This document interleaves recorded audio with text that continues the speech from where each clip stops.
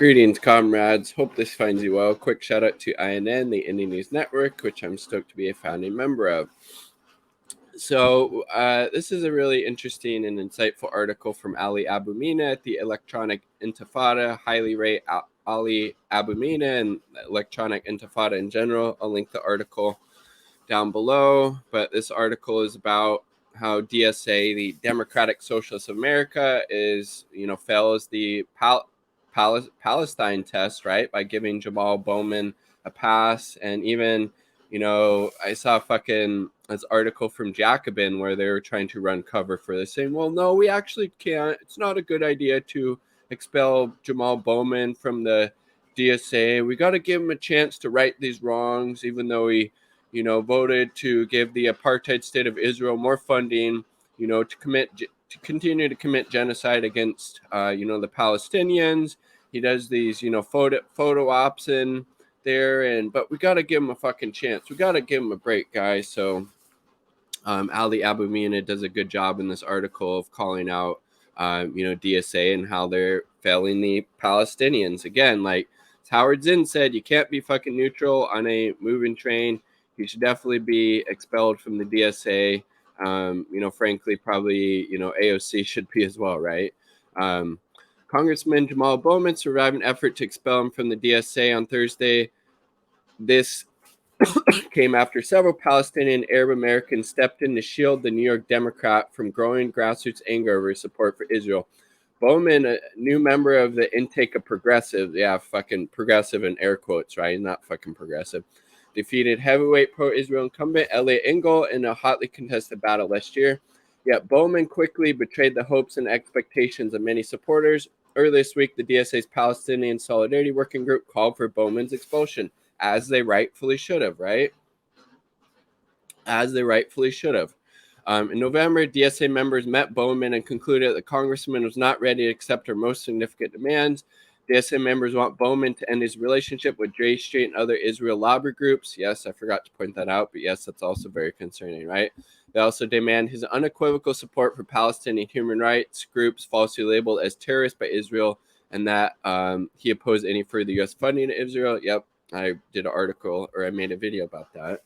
In a forceful condemnation on Thursday, the DSA's National Policy Committee called Bowman's recent pro-Israel move egregious. The group cited Bowman's September vote to give additional U.S. funding to Israel's Iron Dome missile system and his meeting with Israel Prime Minister Naftali Bennett during a November junket organized by J Street. Again, Bennett, he's not any fucking better than Netanyahu, right? This evening at the Knesset, that's the kind of like the Congress in Israel, right? I met with the delegation, Democratic members of Congress. I thank them for supporting the replenishment of the Iron Dome missile defense system. We discussed the importance of continuing to strengthen the U.S.-Israel relationship. So again, he's thanking Bowman there because he voted to give Israel, billions more for that Iron Dome. It's not, that's the offensive system, right? National Political Committee said there's no excuse for Bowman's decision to increase funding for the Israel military in violation of his early pledges, 100%. It called his participation in J Street propaganda trip to Israel part of an effort to legitimize an apartheid state, 100%.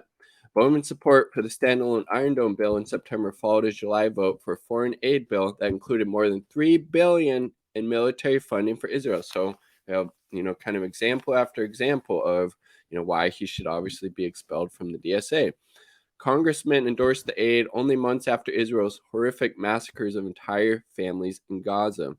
But after laying out a seemingly clear-cut case for Bowman's expulsion, DSA leadership opted for a fudge. The progressive group will not expel Bowman, but neither will it re-endorse him in 2022 unless he is able to demonstrate solidarity with Palestine in alignment with expectations we have set. So what? How does that holding him accountable at all? Like, well, we're not actually going to kick you out, but we're going to give you some time to maybe do better, but we're actually not going to, stand up for, Palestinians, the Palestinian cause at all. But we say we support that, but we're actually not going to, line up with the values that we say we support. Look, as Ali points out, DSA's platform states that the group will stand in solidarity with the Palestinian struggle against apartheid, colonialism, military occupation for equality, human rights, and self-determination, including the boycott, divestment, and sanctions movement.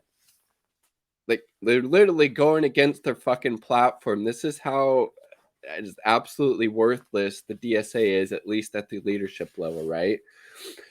At this point, however, it's hard to see how Bowman could reverse the damage done to Palestinians or why he should be given another chance. Exactly, showing time and time again whose interest he wants to support, and that's the apartheid state of Israel that continue to commit the genocide against the Palestinians.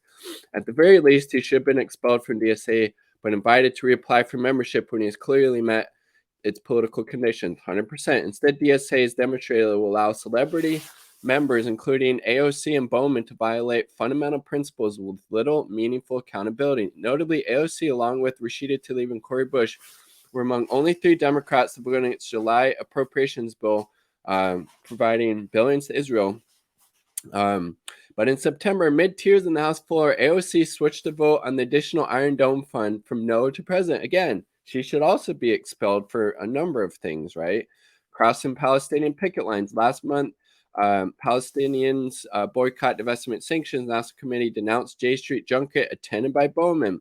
Visits by politicians and parliamentarians to Israel that are organized by Israel lobby groups, including AIPAC and J Street in the U.S., cross our nonviolent Palestinian BDS picket line and harm our struggle for freedom, justice, and equality, the group said. J Street has a long history of opposing basic Palestinian human rights and BDS. And again, that's the group, the junket Bowman went to Israel, right, for. Well, marking itself as a kinder and gentler than AIPAC's J Street, goal is to bridge a gap between progressives and Israel's war criminals. DSA slap on the wrist for Bowman to comfort J Street and other pro-Israel liberal groups. Their goal is to co-opt effective left-wing solidarity into mere rhetorical support for the moribund two-state solution, expensive Palestinian rights and liberation. In that respect, Bowman is a dream come true for J Street. In May, the month after AOC did her own pandering performance in front of the Israel lobby group, Bowman took part in an online event with the Jewish Community Relations Council in New York. During the event, Bowman agreed that his host characterizations as anti-Semitic and many of the groups have endorsed Representative Betty McCollum's bill to bar Israel from using U.S.-funded weaponry against Palestinian children. He agreed with that. Look at that. Bowman has co-sponsored that bill, so it's particularly egregious how he threw other supporters under the bus. I didn't align myself with those groups. I do not support BDS movement. So again, like going against the fucking platform of the DSA. Israel has a right to exist, has a right to be a homeland, has a right to self-determination. I'm here to support that right. Again, how is that any different, than, liberal, conservative, Democrats, Republican? It's fucking not. Bowman is doing everything a substance that the Israel lobby could ask of him, from voting for bombs and bullets to Israel to opposing even nonviolent Palestinian resistance. But he's adept at throwing occasional symbolic crumbs that appease the gullible and allow opponents of Palestinian rights to sugarcoat his support for Israel. This was on full display during his J Street junket in November, during which Bowman posted photos of Palestinian children in the occupied West Bank. Yes. Here's this photo op while I vote to give the apartheid state, billions and more money to decimate you and, murder your families. But yes, here's this nice photo. Yeah, I'm so great. Oh my God. There are streets they cannot walk and places they cannot go simply because they're Palestinian, Bowman tweeted. When asked about their dreams, their answer was simple: freedom. Their occupation must end, he included. All that is rich hypocrisy for someone who voted to give Israel more weapons to kill Palestinian children and ensure their occupation never ends. Exactly. Look at his fucking actions compared to, this fucking photo op, right? Far from supporting these Palestinian children's freedom, Bowman was cynically using them as human shields to deflect criticism of his support for Israel. And it worked, at least for some. Among those who wrote in to defend Bowman as he faced expulsion from DSA were a handful of Arab Americans that the Tel Aviv newspaper Haaretz generously described as leaning Palestinian activists. Zogby, Omar Badar, Bader. This included James Zogby, longtime Democratic Party stalwart, president of the Arab American Institute's former deputy Omar Badar. Also urging that Bowman be given a break were Margaret Zirconian de Roos, Director, Institute for Middle East Understanding, Youssef Bounamer, former Director, U.S. Campaign for Palestinian Rights. I mean, Jesus Christ. What's the point of getting pro-Palestinian people in Congress if the minute they get there, they start betraying you, an army of the people will kill you while you make excuses for them and gaslight people that it's all okay and we should shut up and take it? Yes, 100%. Jesus Christ. I'm gonna finish reading this, but and fucking yeah, he's used to be a member of the Bernie campaign, I believe, right? Yeah. I think so, right? Senior Democratic Party strategist started. Jesus fucking Christ. Just fucking liberal hacks, defending Bowman not being expelled from the DSA. And again, it really shows where the DSA is on a national level, whether or not they're not as the title of the article is. DSA fails. DSA fails Palestinian test by giving Jamaal Bowman a pass, and Ali Abu Mina very eloquently explains all the reasons why that's so problematic and literally going against the fucking organization's platform. Yeah, I mean, I wouldn't be giving any money to DSA if this is the kind of shit that continue to perpetuate on the national level, right? Like the video if you like the damn video. Subscribe for more content. All part of people. Peace. Much love. Quick shout out to the 2 Uber comrades supporting my channel, partner in Indie Left News. Definitely check out Indie Left News.